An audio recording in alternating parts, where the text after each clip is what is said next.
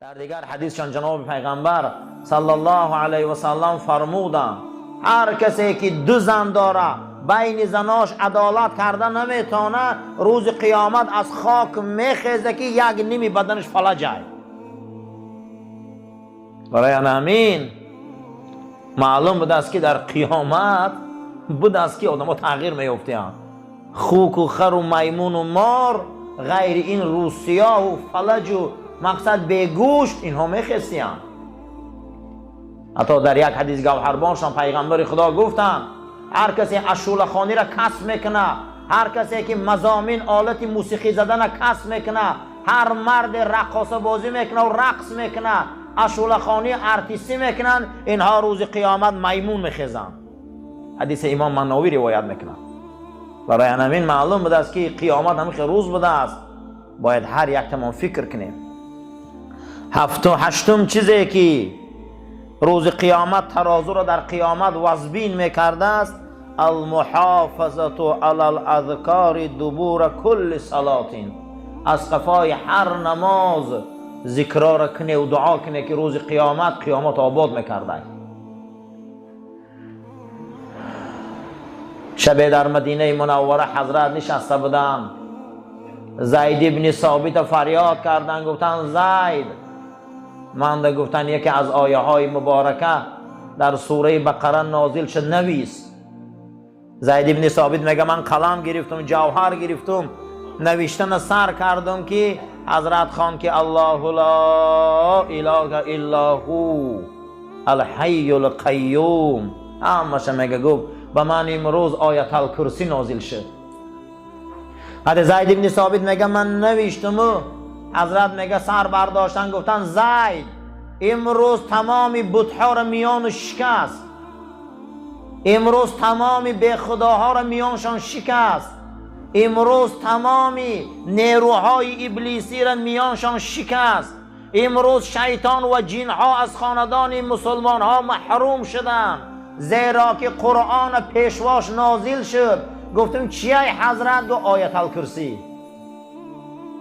که هر کسی که بعد هر نماز آیت الکرسی را میخوانده، حدیث امام بخاری بوده جناب پیغمبر فرمودند هر کسی بعد نمازی 5 وقتش نمازاش آیت الکرسی را میخوانده است مگر مردن بده که ایره جنت بره، مرا جاش جنت بده. آیت الکرسی یگانه نیروی هست که ما را جنتی میکنه. آیت الکرسی آیه مبارکه هست که حکمت خدا هیو. ما یگان آیت نداریم که در او 16 بار پیهم نام خدا آمدگی باشه. آیت الکرسی یگانه آیتی هست که 16 بار پیهم نام چی آمده بوده است؟ نام خدا. بعد از او حضرت گفت نویسینه، گفت بت پرستا را میانشان شکست، ابلیس میان شکست، در هر خاندان آیت الکرسی خوانده شود گفت شیطان ها از اوجا دفع میشن، ابلیس ها از اوجا دفع میشن. خواننده او فقط مرگ گفت اگر همین مرگش رسه گفت جاش جنت های.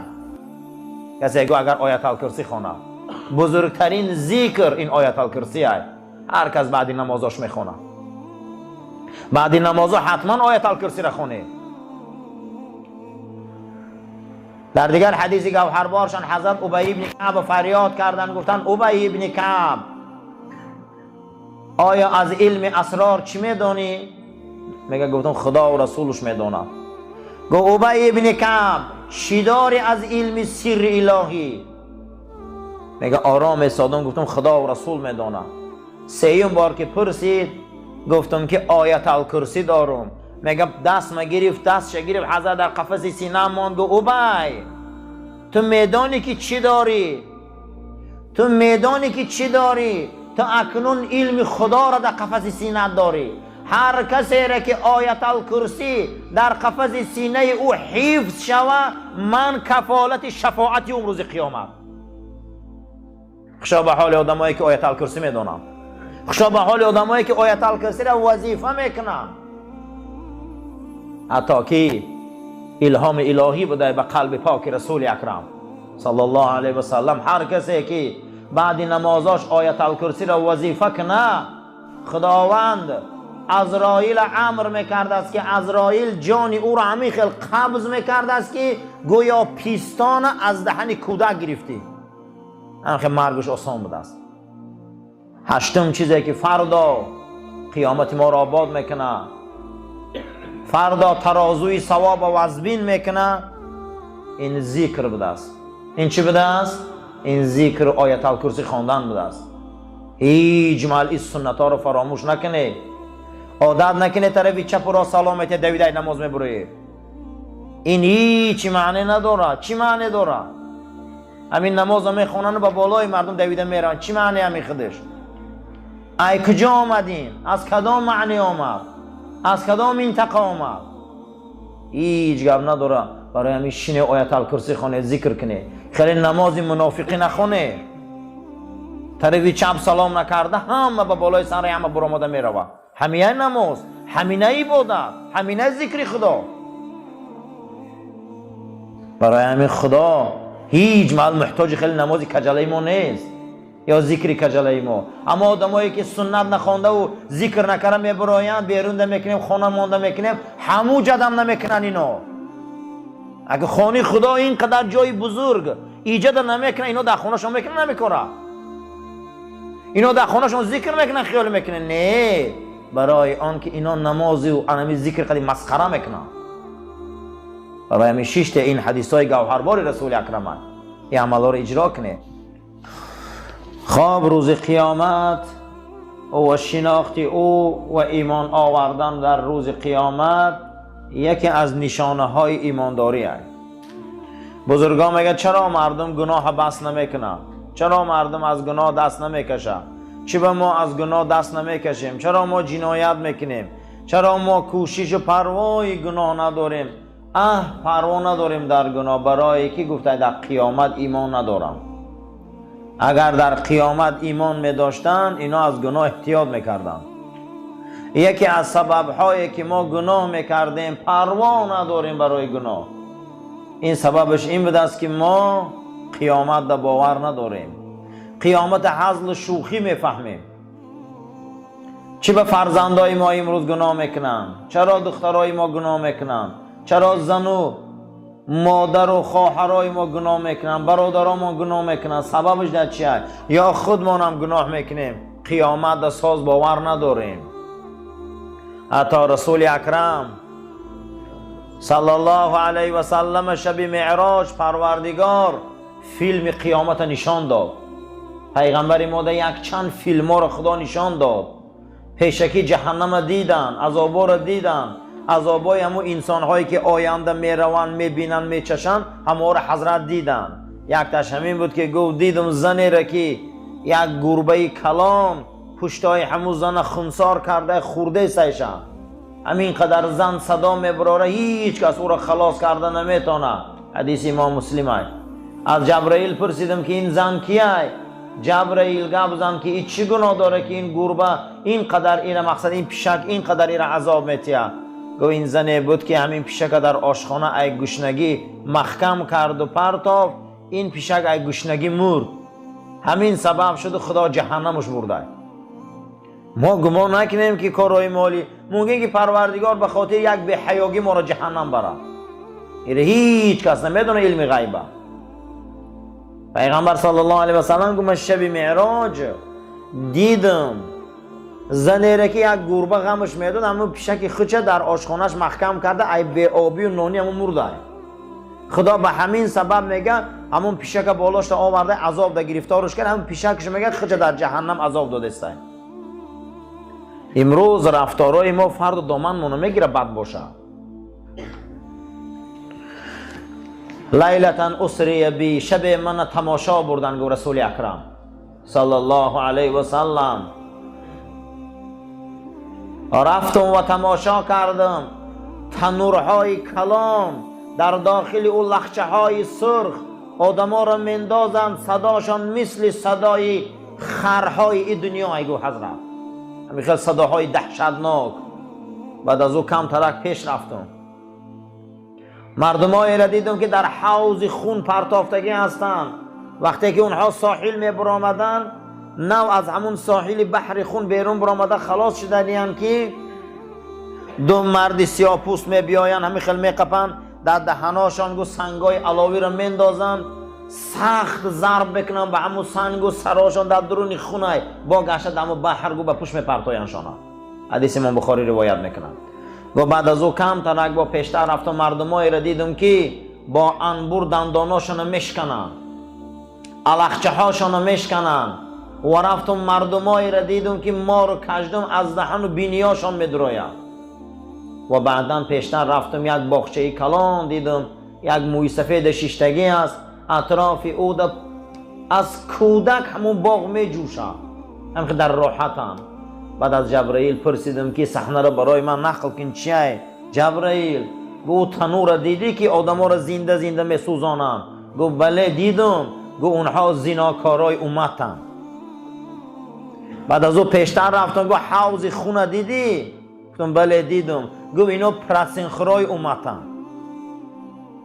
بعد از او گو پیشتر رفتم که علخچه ها را میشکنن. گو اینا کیا هستن؟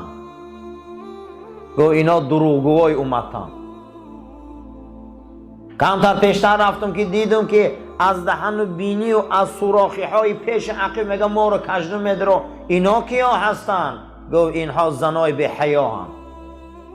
اینها زنایی که نافرمانی شوهر کردن. اینها زنایی هستن که دنیا در بسیار سر جنایت بودن. بعد از اون میگه پیشتر رفتم دیدم که اون موی سفید کی بود؟ قدی کودکا. گو کودکای امتی تو بود که حالی به بلاغت رسیدگی نبودن از دنیا گذشتن. وی موی سفید ابراهیم بابا تای حضرت ابراهیم خلیل الرحمن رئیس کودکای امت رسول اکرم بوده. هر کودک از این دنیا در بلاغت از دنیا میگذره او پیش حضرت ابراهیم رفته. سرداشان ابراهیم خلیل الرحمن بوده است. بعد از او وقتی که حضرت فرامد زمین آمدن اون شب معراج حضرت با گفتن که الکذاب لا امتی دروغگو امتی من نیست. پیغمبر برای امت غمگینی میکنه.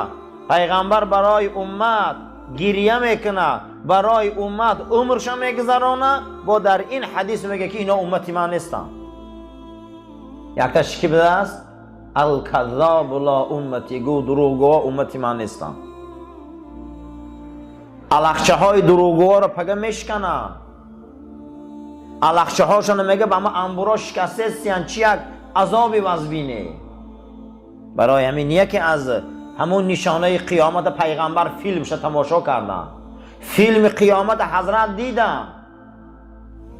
پیغمبر ما را بزرگی شب این که شب معراج شبی هست که پیغمبر در اکنون فیته و انا همون نمایش فیلمنامه روز قیامت و بعد قیامت نشان میتن رسول الله دا. جنت میدروین دوزخ میدروین این صحنه ها را میبینن. چی به ما امروز از جنایت دست نمیکشیدیم برای که ما باور نداریم به قیامت. کسی قیامت را باور داشته باشه که وای میترسه گناه کردن. اینه بین که یک زن یک گربه را گشنمون جهنم رفت. این حدیث صحیح بینیم. حتی رسول اکرم صلی الله علیه و سلم صحابه هاش روایت میکنن که میگه در عهد پیغمبر اگر یک تیمان نماز قضا میکردیم عیناً همین خیل ایمان داشتیم که همین بیگه از آسمان یگان بلا میبیه و پگه برای هلاک خودمان میگه دقیقه به دقیقه تیاری میدیدیم برای این نماز قضاییش. صحابه یگان بار نماز قضا نکرده. صحابه در غزوه ها بود. صحابه در تجارت بود. صحابه روزی وزبی نگذران. صحابه لباس ندید. صحابه خوراک ساز ندید. پوشاک ساز ندید. لیکن نماز قضا نمیکرد. نماز قضا نمیکرد هیچ محل. برای همین هر یک من فکر کنیم که ما پگه قیامت داریم. قسم به خدا هر یکی ما قیامت داریم. از گور عریان مادرزاد میخیزیم در صحرای قیامت. این حدیث صحیح است که هر آدم عریان مادرزاد میخیز از قیامت. برای همین در شب معراج پیغمبر خدا دعا کرده که بدستیان پروردگارا امتی من مسخ نکن. مسخ چی را میگفتیان؟ امتای پیشتر اگر گناه میکردیان افتاشان به خر و خوک و میمون مبدل میشده.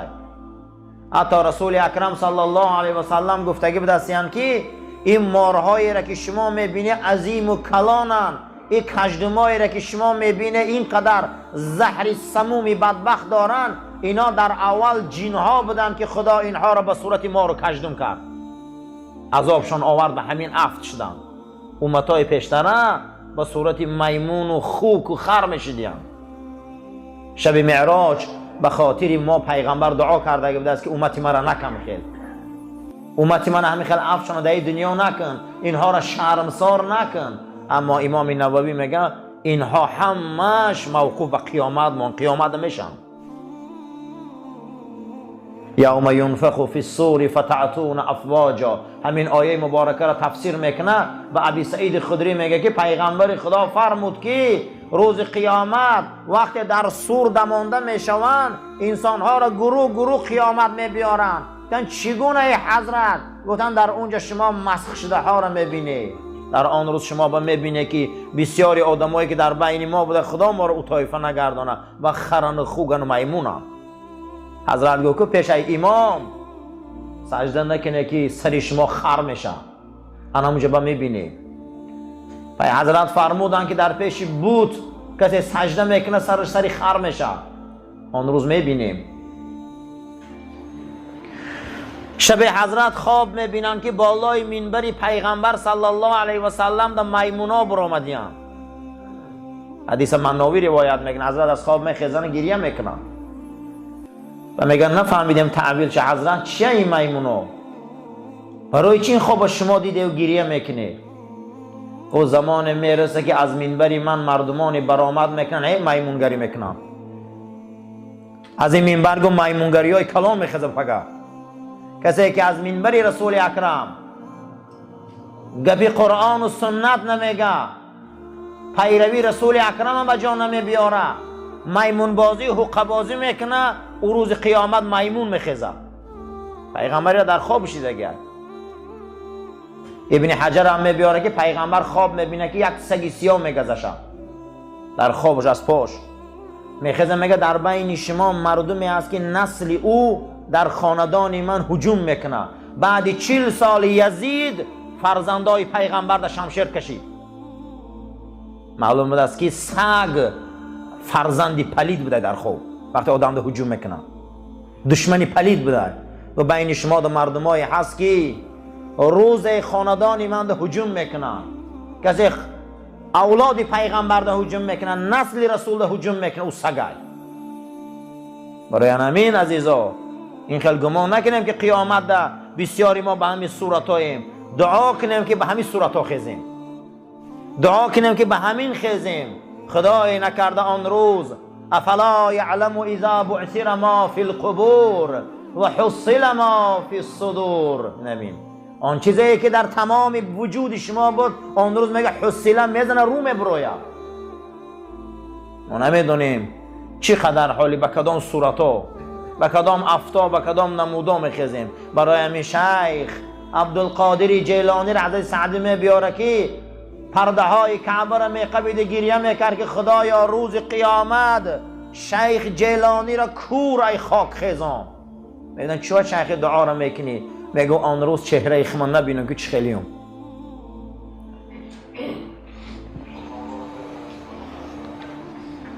برای همین قرآن حکایت های فراوان داره. وسیعت وجوههم، وسیعت وجوههم، یعنی آن روز قیامت روزی هست که روی های میخیزن که سیاهن. اسودت وجوههم، اونها میخیزن که رواشان سیاه شده گیه. یعنی معلوم بوده که قیامت روزی بوده که روها تغییر میافته، افتا تغییر میافته. پیغمبر این فیلم شب معراج دیدن. پروردگار ما را روی ها مانه واقعا روی مسلمان گردان. آن روز ماها را از خاک میخیزانی، ماها را جوان مرد و سالم گردان و مسلمان گردان. حتی رسول اکرم صلی الله علیه و سلم فرمودند که هر کسی که یک روزه خوراک در خانهش داره و با همون در قناعت نکرده گدایی میبره، روز قیامت از خاک میخیزه که یگان گوش نداره بدنش، همه گوشتاش ریخته اسکلت میخیزه خواب از خاک. چیوه که همین روزه خوراک داره و شکر نمیکنه با گدایی میبره. روز جمعه چیده میبینیم همیشه ما سوال میتیم چیده ما میبینیم نماز جمعه مسجد ما نماز جمعه میبیویم بسیار این دست به گریبان قسم بخدا در کوچه بسیار این جنجال میکنه گوش نمیکنه به نهایت اخلاقای به تربیت های پس دارن بسیار اینا 5 وقت نماز نمیخونن باور کنه همین روز جمعه خانی میبیاین اینا همینجا بسیارش خوراکخوری چایخوری چخچخکنی میبیاین امر معروف و موعظه و خطبه میرون اینا حالی هم چای خورده استیم خیلی کرده همینا جنت میرن خیلی کرده پگه ترازی همینا وزبی نه آخه اگر اینجا حکمت خدا باشه اگر اینجا کاری خدا باشه باید همین یک کلمه خدا گوزن همه در صف راست است همه را یک کلمه باید جمع کنه لا اله الا الله محمد رسول الله همه میگن لیکن نمیشوه اخلاق بدای رفتار بدای تربیت بدای مادر بدای پدر بدای اولاد بدای ایرث بدای نمیشوه باور کنه نمیشوه 50 کس نه 100 نفری دیگه هم باشه اداره کردن قینده نمیشوه سری هر یک آدم ده اگر یک آدم رو با نمیشوه برادرها با این شوخی نیست اخلاق این فردا ترازو رو وزبین میکنه این فردا ما را جنتی میکنه این کار هیچ کس در این دنیا از کسی قرضدار نیست که بیای ما را راست کنه و خدمت کنه اینجا به خاطر الله و دین خدا میبینیم دیگه حکمت خدا را باید حرمت کنیم آخی ملکه ساسانی بعد در زمان حضرت عمر وقتی سر قدرت میروه و میگن کجا میری ملکه میگه یا مرد بیاری رهبرتان مانه فارسا من شما رو اداره کردن نمیتونم دیگه یا مرد بیاره که شاید مرد شما را تانه میگه تو کجا میری گفته بیابانی خرمازار میرم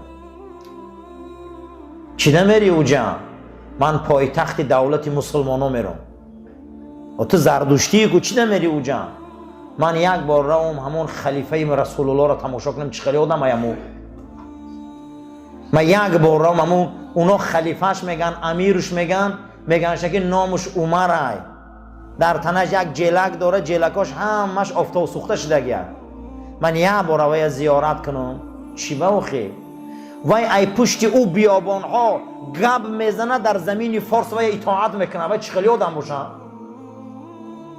وای اوجا نامه می نویسه اینو همشون قطار میستن به فرمانی او را میخونن وای او ملک گب میزنه در زمین تیسفونی ایران لشکر اسلام راست میسته فرمانی وای گوش میکنن من روم همون خلیفه را زیارت کنم چی با وای دیگرشون گوش میکنن من همین خم میگم شما گوش نمیکنی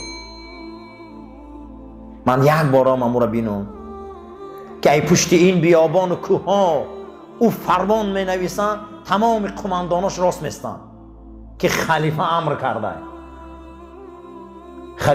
کرده در همینجا بفرش دیدم ای تلفن نتونه کشه ای مردم تلفن تکش ای مردم تلفن نتونه کشه مونده شدیم وقتی اگر بنده خدایی اهل کلمه لا اله الا الله تاکنون باید حکمت خدا را جاری کنی حکمت خدا باید هیچ کس غم نتیه بنده خدا باید هیچ کس غم نتیه بنده خدا را باید اداره کنیش آسان باشه باید هیچ کس نگوان صفتگی راست است بنده خدا باید گوش کنه این خودش پروردگار ما را برای راست هدایت کن ما را توفیق ده ما را عزت ده ما را آبرو ده ما را مقام ده عاقبت کاری ما را به خیر و ایمان ما را به سلامت گردان خدای جمعیت ما را مشکلات آسان گردان تجارت زراعت کسب و کارشان را برکت ده روی کمبغلی را نبینن روی فقر را نبینن روی تنگ دستی را نبینن عاقبت کارشان را به خیر ایمانشان را به سلامت گردان آمین یا رب العالمین